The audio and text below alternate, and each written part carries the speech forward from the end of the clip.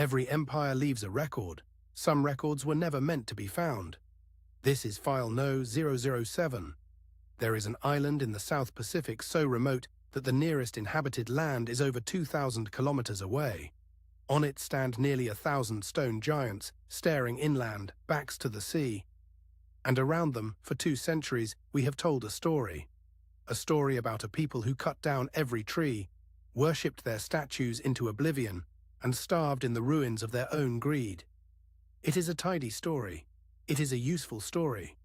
And the evidence says it is mostly wrong. Because the record shows the islanders did not destroy themselves. Someone came from the sea and did it for them.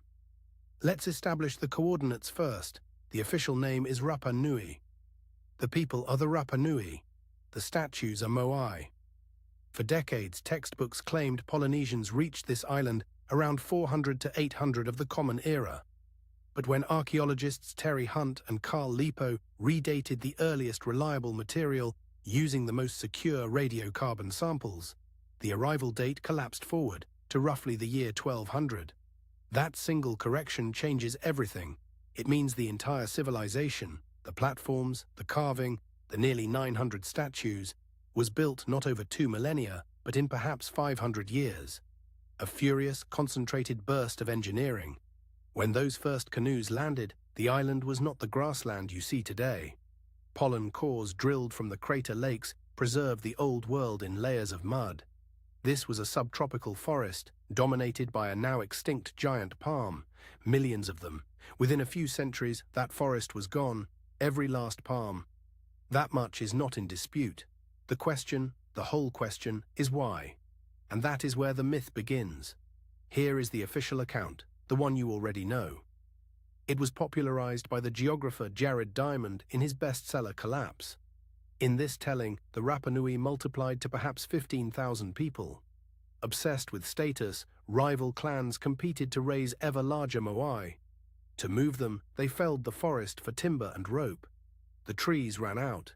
Without wood, there were no canoes, no deep-sea fishing, no shelter for soil. The topsoil blew away, crops failed, and society descended into famine, warfare and, Diamond does not shrink from the word, cannibalism. A self-inflicted apocalypse, a parable for our own age.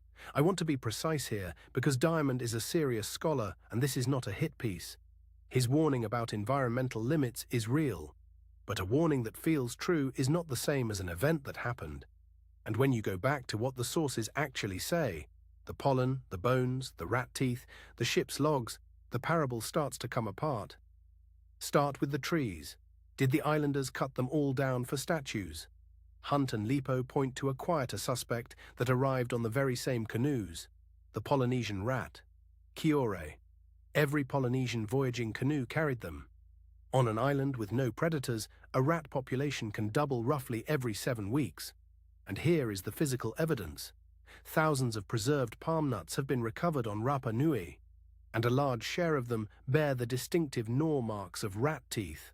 A palm that cannot set seed cannot make new palms. The islanders certainly cleared land with fire for gardens, that is real. But the failure of the forest to grow back points hard at the rats eating the seeds. So the deforestation may be less a crime of ambition than an ecological accident that walked ashore on 4 legs. Now the statues themselves, the whole ecocide logic depends on needing enormous quantities of timber to move them. But listen to the Rapa Nui themselves. When outsiders asked how the moai reached their platforms, the oral tradition gave one consistent answer. The statues walked. For a century we treated that as myth. Then in 2012, Hunt and Lipo tested it. The unfinished road statues have a forward lean and a fat D-shaped base. Bad for standing, perfect for rocking. With 3 ropes and 18 people, they walked a full-scale replica moai down a road, upright, wobbling side to side like you'd move a refrigerator. No rollers, no felled forest. The islanders' own account was literally true, and the engineering excuse for the ecocide dissolves. Then there's the collapse itself, the mass die-off before Europeans arrived. Here the evidence is simply thin. Hunt and Lipo argue the population was never 15,000, crashing to a remnant, but more likely a stable few thousand who adapted. They built rock gardens, mulching entire fields with broken stone to trap moisture, an ingenious agricultural technology of a society managing scarcity, not collapsing under it. And the eyewitnesses agree. When the first European, the Dutchman Jacob Roggeveen, landed on Easter Sunday 1722, he did not describe a wasteland of starving survivors. He described cultivated fields, healthy people, and statues still standing. 50 years later, Captain Cook's expedition found the island poorer and some statues toppled, but still a functioning society. The record does not show a civilization that had already destroyed itself before we arrived. It shows one that was still there, which raises the only question that matters: if the Rapa Nui didn't collapse on their own, what happened to them? Here is what the official account leaves in the footnotes. In December 1862, ships arrived from Peru, not explorers, slavers, part of a trade the era politely called blackbirding. On Rapa Nui, armed crews came ashore, laid out trade goods on the beach to draw a crowd, and then opened fire and seized the people who came to look. Over a series of raids in 1862 and 1863, an estimated 1,500 Rapa Nui, perhaps half the island, were captured and shipped to Peru. Among the taken were the Ariki Mau, the paramount chief, his heir, and the learned men, the only people who could still read the island's unique script. The knowledge of a civilization does not live in stone. It lives in the few who carry it. Take the king and the scribes in a single season, and you don't just reduce a population, you decapitate a culture. To this day, no one can fully read Rongorongo. Then it gets worse. Under diplomatic pressure, Peru was shamed into repatriating the survivors. But by then, most were already dead from disease and abuse. The handful sent home carried smallpox. Of the roughly 1,500 taken, only about 15 are recorded as making it back alive, and they brought an epidemic. Smallpox tore through the survivors. By 1877, the population of Rapa Nui had fallen to 111 people. 111. That is the collapse, not the year 1600, the 1860s, and it did not come from the statues. It came from the sea, flying a foreign flag.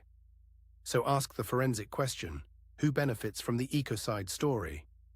A story in which the Rapa Nui destroyed themselves is a story in which no outsider is responsible. Blame the victims and the slave ships, the smallpox, the seized king, the stolen land. All of it becomes a footnote to a morality tale about their foolishness. That is not to sanctify the Rapa Nui as flawless stewards. They changed their island. They burned forest. The rats came on their canoes. But there is a vast moral distance between a people who made hard choices under real limits and a people too stupid and greedy to survive. The first is history, the second is a fable, and we should ask why we found the fable so easy to believe. The Moai still stand today, restored, upright, facing inland. They are not monuments to a civilization that ate itself. They are monuments to one that was still standing when the ships came, and was very nearly erased by them. What actually happened on Rapa Nui? A forest lost, partly to fire and partly to rats, a people who adapted rather than collapsed, and a real catastrophe, imported, human and recent, that we have spent a century filing under the wrong cause. The record remains. Draw your own conclusions. This was File No. 07. The archive stays open. The next entry in Collapse asks the same question of a civilization we're taught fell to barbarians at the gates when the rot was already inside. Subscribe and pull the next file with me.